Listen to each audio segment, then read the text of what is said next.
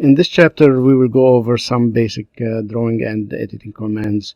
You will learn how to draw lines, rectangles, and circles, how to use dynamic input and polar tracking, how to erase objects, and how to use the undo and redo commands. Line is the most fundamental drawing element in AutoCAD. Almost any drawing contains line segments. So the line command enables you to add the straight line segments. Okay, and each segment created with the command is a separate object. So in the ribbon under Home tab, let's select line. Okay, you will be prompted to select the first point. So let's click here. And by the way, make sure that dynamic input, you see here down the icon, it's active, dynamic input is on. Make sure that it is on. So now it is asking me to specify next point. Click. Next point. Click.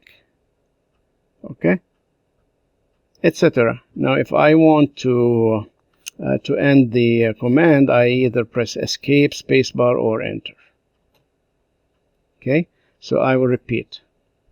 Select line from the ribbon, click, second point, third point, okay, and hit enter, or escape, or spacebar.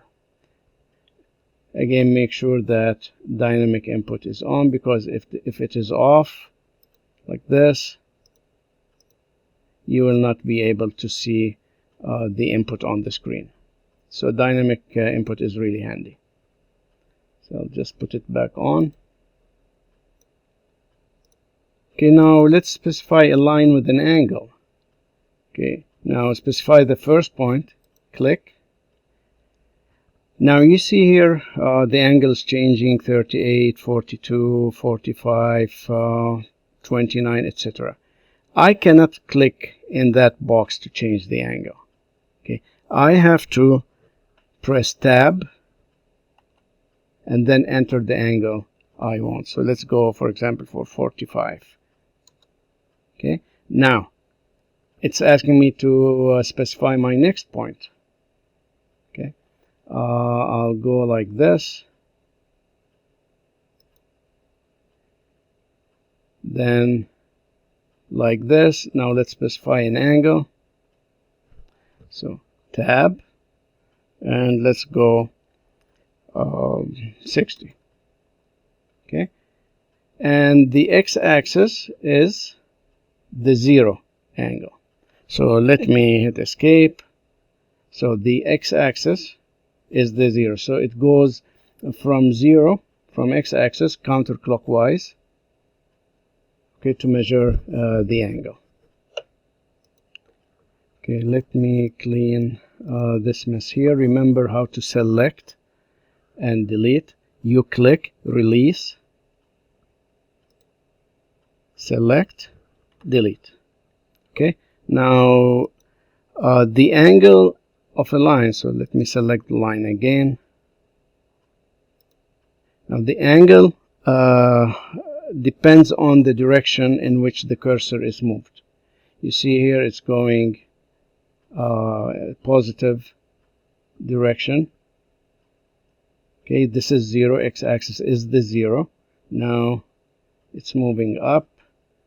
So for example, 90 degrees could be either straight up or straight down. Now straight down, it's minus 90 or 270, right? See here, it's 270. Okay. Okay, here the angle is, you see the difference, right? Okay, so let's specify an angle. If I say 0, and second angle, press tab, 90, Then let me go to the left. Okay, and let me go with 180. Okay, now press tab and let me go with 180 to 245. Okay, now I will click on the wheel and drag. Okay, and remember to close the the object. Okay, you can either click here, close, or from the down arrow select close. Okay, there you go. Now some of you might ask, I selected 245 degrees for this line, so why did it go here, not here? Because you know the X and the Y-axis.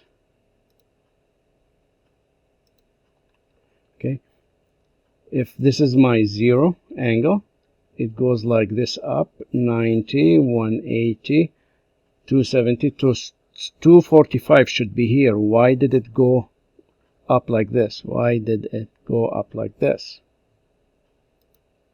Okay, now let me just pan this to the left a little bit, and let me draw a line. Okay, and now specify an angle. Look, if I say 30 degrees,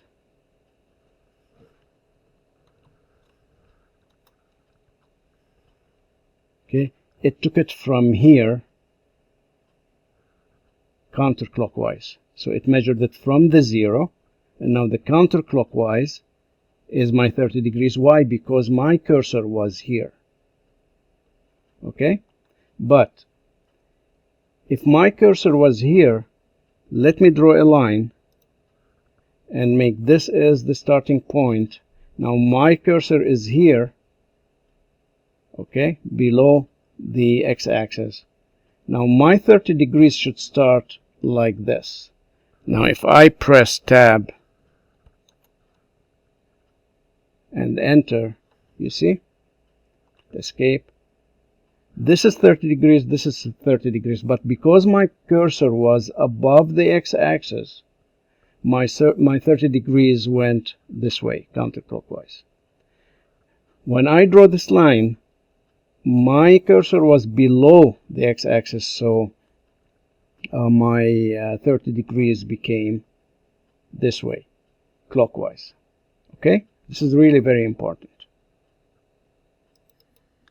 Now to erase an object, you can either go to modify here under the home tab, modify panel, and select this eraser thing.